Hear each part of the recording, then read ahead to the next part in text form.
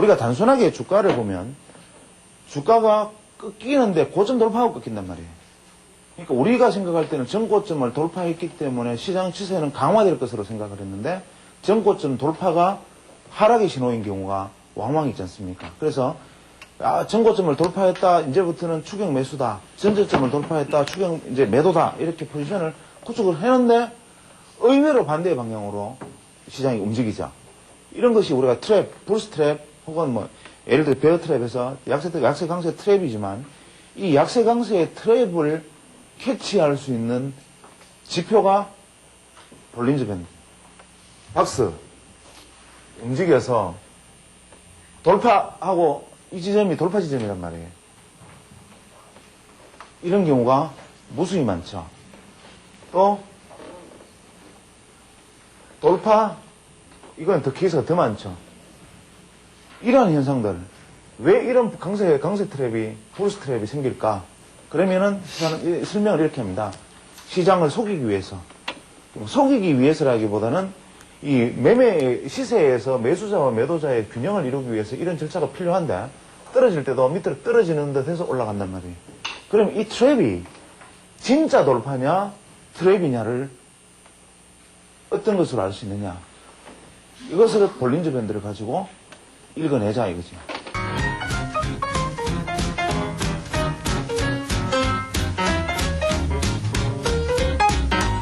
우리가 표준편차라는 것은 우리가 표준편차를 우리 볼린저 밴드에서 2로 잡는데 이 데비에이션이 2라는 것은 뭐냐면 이 밴드 안에 전체 시세의 94.5%가 다 들어간다는 얘기입니다. 한 5% 정도의 시세만이 이 밴드 밖에 나가 있고 그러니까 우리가 거래를 해보면 이 100번의 시세가 형성되는 것 중에 한 4번 내지 5번을 제외하고는 무조건 밴드 안에서 찍힌다 이 말이거든요. 그렇게 만드는 거죠.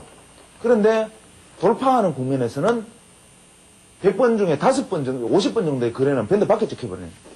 중심 이동 평균선은 주가가 상승해 있기 때문에 계속 내버려둬도 지가 알아서 계속 상승하고 있어요. 그러면 여기서 표준편차가 2만큼의 상승은 여기고 여기서 표준편차가 3만큼의 상승은 여기고 표준편차가 4만큼의 상승은 여기지만 같은 표준편차 4라도 여기서 4가 주가는 여기인데 이 지점에서 표준편차 똑같은 4라도 주가는 여기 있다는 거예요. 그러면 주가는 고가를 돌파해 있지만 이 변동성의 에너지는 변화가 없다. 그러면 어떤 현상으로 나타나냐면 볼린저 밴드 바깥쪽으로 나아가서 변동성을 돌파했다는 얘기는 뭐냐면 시세가 밴드 밖에 있다는 소리입니다.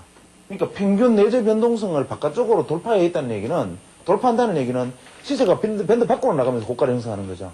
고가가 밴드 밖에 있다는 소리죠. 고가는 밴드 밖에서 형성했는데 새로운 고가가 밴드 안에서 형성된다. 이거예요. 그럼 밴드를 뚫지 못하는 고가가 기존 고가보다 높게 나타난다. 이건 뭡니까? 변동성 확대의 한계를 느꼈다. 그래서 볼린저 밴드의 가장 기본적인 것은 이렇게 보는데 이렇다면 밴드 바깥에 있던 시세가 밴드 안으로 들어오면 매도다. 볼린저 밴드 기본 개념이죠. 아시죠? 그죠? 볼린저 밴드 시세 밖으로 나갔다가 밴드 안으로 진입하면 그 매도 시점입니다. 그건 교조적인 생각이죠.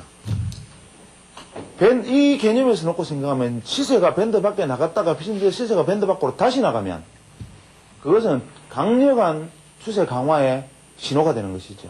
그러니까 우리가 밴드의 변동성을 시세가 만약에 밴드 밖에서 형성되는 것이 2번 이상 반복되는 것을 흑이라고 봅니다. 안았다 시세를.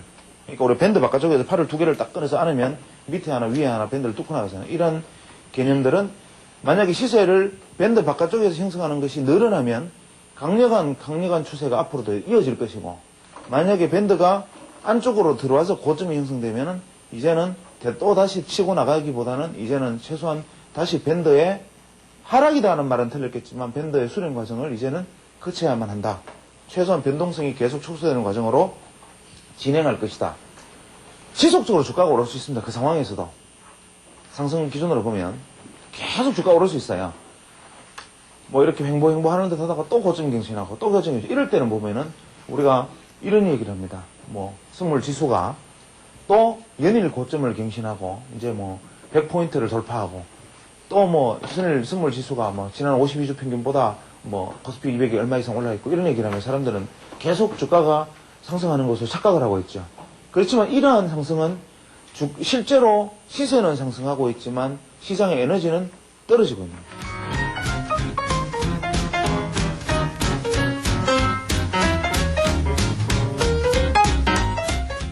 그 다음에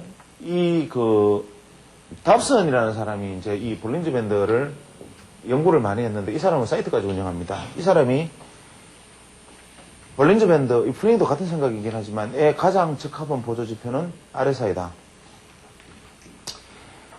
이 사람들의 트레이딩은 그냥 볼린저 밴드 켜고 RSI 지표만 바라보고 투자를 합니다. RSI 지표 하나만 달랑 켜놓고 투자하는데 요즘은 최소한 가능하면 지표를 줄여서 사용하자라는 것이 이제 이 틈이 됐죠. RSI는 이거예요. 시장이 이겼다 졌다의 개념이란 말이에요. 이겼다 졌다.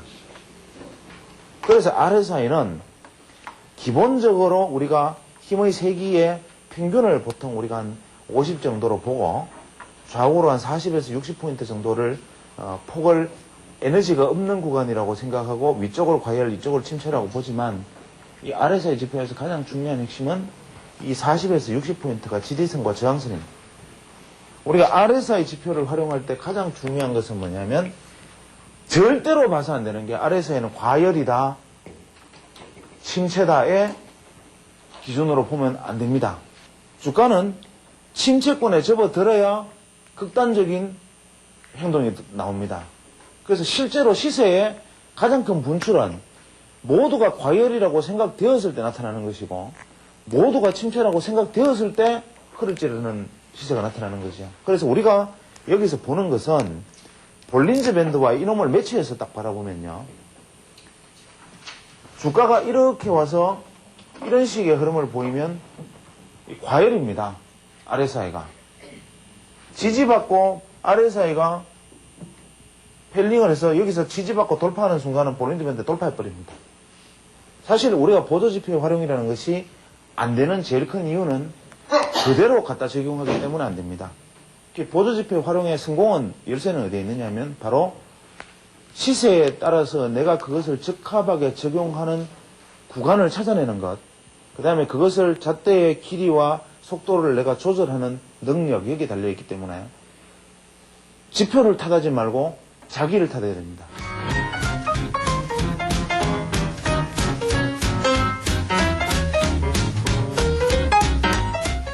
세 번째, MACD 활용은 이 볼린저 밴드라는 것이 수렴에 있는 과정에서, 수축에 있는 과정에서 확산 시점이 어딜까? 근데 지금 내가 볼 때 시세의 움직임이 이렇게 지금 왔는데, 이렇게 오다가 윗밴드 맞고 아랫밴드 쪽으로 지금 현재 진행해 있는데, 이것이 혹시 확산의 출발은 아닐까?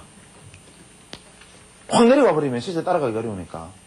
아닐까라는 의문이 들면 무엇을 가지고 확인하느냐 하면 MACD로 확인합니다. 이렇게 해서 뚫고 내려가는 힘이 강할까 안 강할까는 RSI로 확인하는 거죠.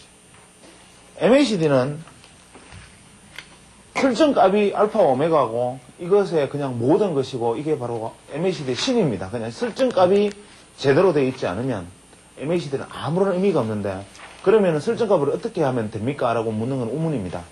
스타캐스틱이 이제 과열 침체의 지표인데 이것은 뭐냐면 스타캐스틱은 앞서 지금 말씀드렸다시피 시세는 지멋대로 움직이는 파동이다라는 데서 출발합니다.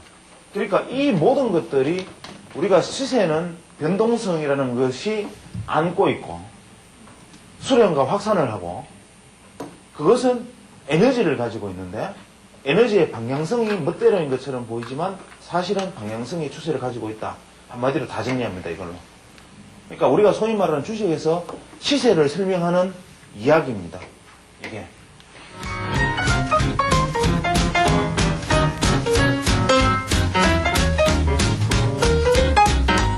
배우는 사람 입장에서 그 접근하는 방법에 대해서 좀 그 방향을 제시해 준 것 같습니다. 솔직하고 거침없는 좋은 말씀만 해주시는 거 이런 것들이 다 투자에 도움이 되고 새로운 각도에서 선물 시장을 바라볼 수 있는 좋은 계기를 마련해 주셨다고 생각합니다.